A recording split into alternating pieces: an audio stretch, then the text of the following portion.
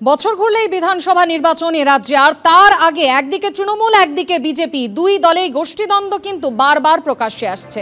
ভাঙড়ে তৃণমূলের গোষ্ঠীদ্বন্দ্বের ছবি আপনারা দেখলেন, যেখানে আরাবুল ইসলামের বিরুদ্ধে একযোগে সরব হয়েছেন কাইজার আহমেদ এবং আরাবুল ইসলাম। অন্যদিকে বিজেপির গোষ্ঠীদ্বন্দ্ব প্রকাশ্যে এসেছে, যেখানে আমরা দেখতে পাচ্ছি বিজেপির মহিলা মোর্চার রাজ্য সভাপতি ফাল্গুনী পাত্র তার সঙ্গে তৃণমূলের যোগসাজশের অভিযোগ করেছেন ব্যারাকপুর সাংগঠনিক জেলার মহিলা মোর্চার সাধারণ সম্পাদক, যদিও সমস্ত অভিযোগ উড়িয়ে দিয়েছেন ফাল্গুনী পাত্র। প্রকাশ্যে বিজেপির মহিলা মোর্চার রাজ্য সভাপতি এবং ব্যারাকপুর সাংগঠনিক জেলার মহিলা মোর্চার সাধারণ সম্পাদকের কোন্দল। বিজেপির মহিলা মোর্চার রাজ্য সভাপতি ফাল্গুনী পাত্রর সঙ্গে তৃণমূলের যোগসাজশের বিস্ফোরক অভিযোগ তুলেন ব্যারাকপুর সাংগঠনিক জেলার মহিলা মোর্চার সাধারণ সম্পাদক তনু খাস্তগির। ভারতীয় জনতা পার্টিকে আমি বলতে চাই, এই মহিলাকে সাসপেন্ড করা উচিত। বিজেপির খাচ্ছে, বিজেপির পড়ছে, বিজেপির ফুটো করছে, তৃণমূলকে সাহায্য করছে। প্রাথমিক কাছে লাখ লাখ টাকা নিয়ে উনি 21 সালে হারিয়ে, ওনার সব তৃণমূলের লোকরা ওনাকে ফোন করে, বিজেপির লোকের সাথে কম যোগাযোগ আছে। ফাল্গুনী পাত্রের বিরুদ্ধে মারধরের অভিযোগ করেছেন ব্যারাকপুর সাংগঠনিক জেলার মহিলা মোর্চার সাধারণ সম্পাদক। আজকে উনি আমাকে দিয়ে এইভাবে অত্যাচার, ফাল্গুনী পাত্র নিজের গাড়ির মধ্যে বসে থেকে সুরজিৎ কালাকে দিয়ে আমাকে মেরেছে, আমাকে ধাক্কা মেরে ফেলেছে, আমাকে চুলে পড়ে ধরে মেরেছে, পদের জন্য টাকা নিচ্ছে। এটা কোনো গোষ্ঠী কোন্দল নয়, পুরো বিষয়টাই আমি উচ্চ নেতৃত্বকে জানিয়েছি। বিজেপির দ্বন্দ্ব নিয়ে কটাক্ষ করতে ছাড়েনি তৃণমূল। ওর সাথে ফাল্গুনী পাত্রর লাস্ট 10 বছরে কোনো কথা হয়েছে কিনা আমি জানি না, কারণ ওদের দলের মধ্যে কোনো বিবাদ থেকে কেউ বলতে পারে, কিন্তু আমি যবে থেকে তৃণমূল করি আমি এটুকু জানি যে ফাল্গুনী পাত্র বিজেপি করে। না না না না, একদম না, সেটা হতে পারে, এটা ওদের দলের ব্যাপার, কিন্তু ফাল্গুনির সাথে লাস্ট 10 বছর আমার কোনো কথা হয়নি। তনুদি কি বলেছে আমি জানি না, হ্যাঁ, এটা নিয়ে যা বলার, আমার কাছে ভিডিওটা এসছে, আমি এখনও দেখার টাইম পাইনি, একটু আগে আমি দেখলাম।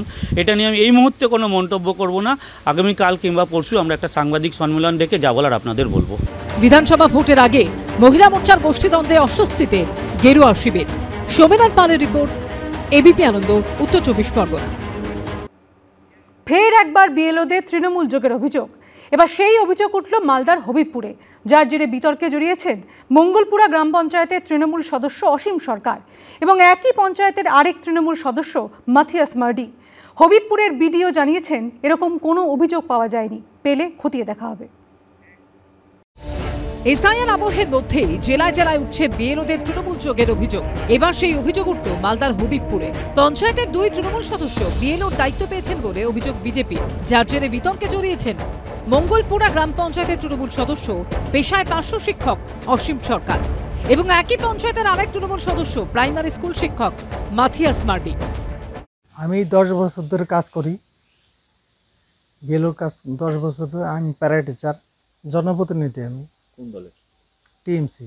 বিএলও আমি, মেম্বারও আমি প্যারা টিচার, স্বচ্ছতার সাথে কাজ করব। আমি হবিবপুর বিধানসভার মঙ্গলপুরা অঞ্চলের 125 নম্বর বুথের বিজেপি টিকিটে জয়ী প্রার্থী। বর্তমানে আমি তৃণমূল দলের সঙ্গে যুক্ত। নির্বাচন কমিশনের নির্দেশ অনুসারে আমি বিএলও ডিউটি দিতে বাধ্য হয়েছি। বহুবার আমি এই বিএলও ডিউটি থেকে নাম কাটানোর আর্জি জানিয়েছি, কিন্তু কোনো লাভ হয়নি। তাই আমি এই বিএলও ডিউটি থেকে অব্যাহতি চাইছি। এই নিয়ে তৃণমূলকে নিশানা করেছে বিজেপি। তৃণমূলের জনপ্রতিনিধিদের এত বারবার বলার পরে রেখে দিয়েছে।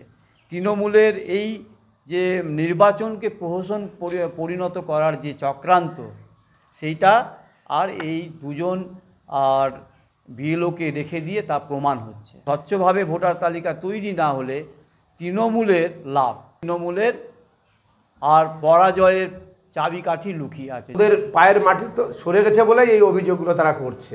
নির্বাচন কমিশন কাদের দিয়ে কাজ করাবে সেটা আমাদের দেখার নয়। অসীম সরকার, তিনি আমাদের গ্রাম পঞ্চায়েত সদস্য, এবং মাথিয়াস মার্ডি, তিনি বিজেপির প্রতীকে জয়ী হলেও আমাদের ওখানে তৃণমূল কংগ্রেসের সঙ্গে সামিল হয়েছেন। হবিবপুরের বিডিও মনোজ কাঞ্জিলাল জানিয়েছেন, এরকম কোনো অভিযোগ পাওয়া যায়নি, পেলে খতিয়ে দেখা হবে। পাশাপাশি এই ঘটনার মধ্যে 13 জন বিএলওর তৃণমূল যোগের অভিযোগ তুলে সিইওকে চিঠি দিয়েছে বিজেপি। চিঠিতে লেখা হয়েছে, বারবার অভিযোগ জানানোর পরও অবৈধভাবে বিএলওদের নিয়োগ করা হচ্ছে। আরও একবার এমনই কিছু অবৈধ নিয়োগের তালিকা দেয়া হলো, যেখানে বেশিরভাগ ক্ষেত্রেই বিএলওরা তৃণমূলের সক্রিয় কর্মী বা দলের সঙ্গে কোনোভাবে যুক্ত, কিংবা তার স্বামী অথবা স্ত্রী তৃণমূলের সঙ্গে যুক্ত। এই প্রেক্ষাপটে আপনাদের কাছে আর্জি জানানো হচ্ছে যাতে এই সমস্ত বিএলওদের পদ থেকে সরানো হয় এবং এই অবৈধ নিয়োগের পিছনে থাকা ইআরও এবং ডিইওদের বিরুদ্ধে পদক্ষেপ নেওয়া হয়। অভিজিৎ চৌধুরী ও রুমা পালের রিপোর্ট, এবিপি আনন্দ। বিরাটির বাসিন্দা এক ভোটারের নাম 4 জায়গায় ভোটার তালিকায়। ওই মহিলার অভিযোগ, নাম বাদ দেওয়ার জন্য নির্বাচন কমিশনের নির্দিষ্ট ফর্ম ফিল আপ করেও সুরাহা হয়নি। আর এই নিয়ে রীতিমতো আতঙ্কে ভুগছেন তিনি। সাম্প্রতিক এসআইআর প্রক্রিয়ায় সমস্যা সমাধানের আশায় রয়েছে গৃহবধূর পরিবার। 4 জায়গায় ঘুরে ফিরে আমার নামটা রয়েই গেছে। ভোটার একজন, অথচ তারই নাম রয়েছে 4 জায়গার ভোটার তালিকায়। ভোটার তালিকার বিশেষ সংশোধন ঘিরে রাজ্য জুড়ে যখন তোলপাড় চলছে, তখনই সামনে এলো উত্তর 24 পরগনার বিরাটির এই ঘটনা, যা ঘিরে আপাতত শোরগোল পড়ে গেছে। ভোটার তালিকায় এক জায়গায় নাম তুলতে রীতিমতন হিমশিম খেতে হয় সাধারণ মানুষজনকে, কিন্তু এখানে 4 জায়গায় তার নাম রয়েছে। বারবার ঘুরে বেরিয়েও শেষ পর্যন্ত কিন্তু একটা নাম কোনো রকমে কাটাতে পারলেও এই মুহূর্তে ভোটার তালিকায় তার 3 জায়গায় নাম পিয়ালি দেব। বর্তমানে বিরাটির বাসিন্দা এই গৃহবধূ। 2002-এর ভোটার তালিকায় বধূর নাম রয়েছে তার বাবার বাড়ির ঠিকানা বিরাটির নীলাচলে, যেখানে পিয়ালি দেবের অভিভাবক হিসেবে রয়েছে বাবা নির্মলেন্দু দাসের নাম। এরপর বিরাটির স্বামীজি পল্লীর বাসিন্দা অভিজিৎ দেবকে বিয়ে করেন পিয়ালি, ফলে সেখানকার ভোটার লিস্টে নতুন করে নাম ওঠে পিয়ালি দেবের। প্রথমে তো বাপের বাড়ি নীলাচলে, বিরাটি নীলাচলে, সেখানে নাম ছিল। তো তারপর সেখান থেকে আমি স্বামীজি পল্লী যাই, তো সেখানে নাম ট্রান্সফার করা হয়, কিন্তু তখনও নীলাচলে নামটা থেকে যায়।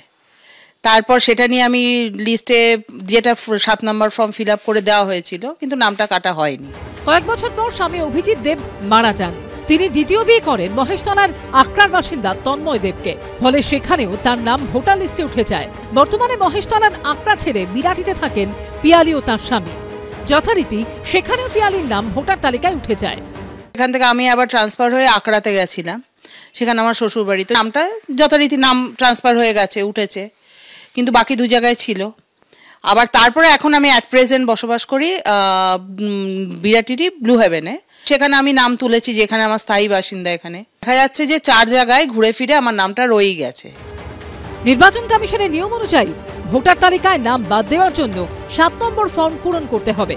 নিজের নাম অন্য জায়গায় ট্রান্সফার করাতে হলেও একাধিক নথি জমা দিতে হয়। বছর 44-এর পিয়ালি দেবের দাবি, 3 জায়গা থেকে নাম বাদ দেওয়ার জন্য নির্ধারিত 7 নম্বর ফর্ম ফিল আপ করেছেন।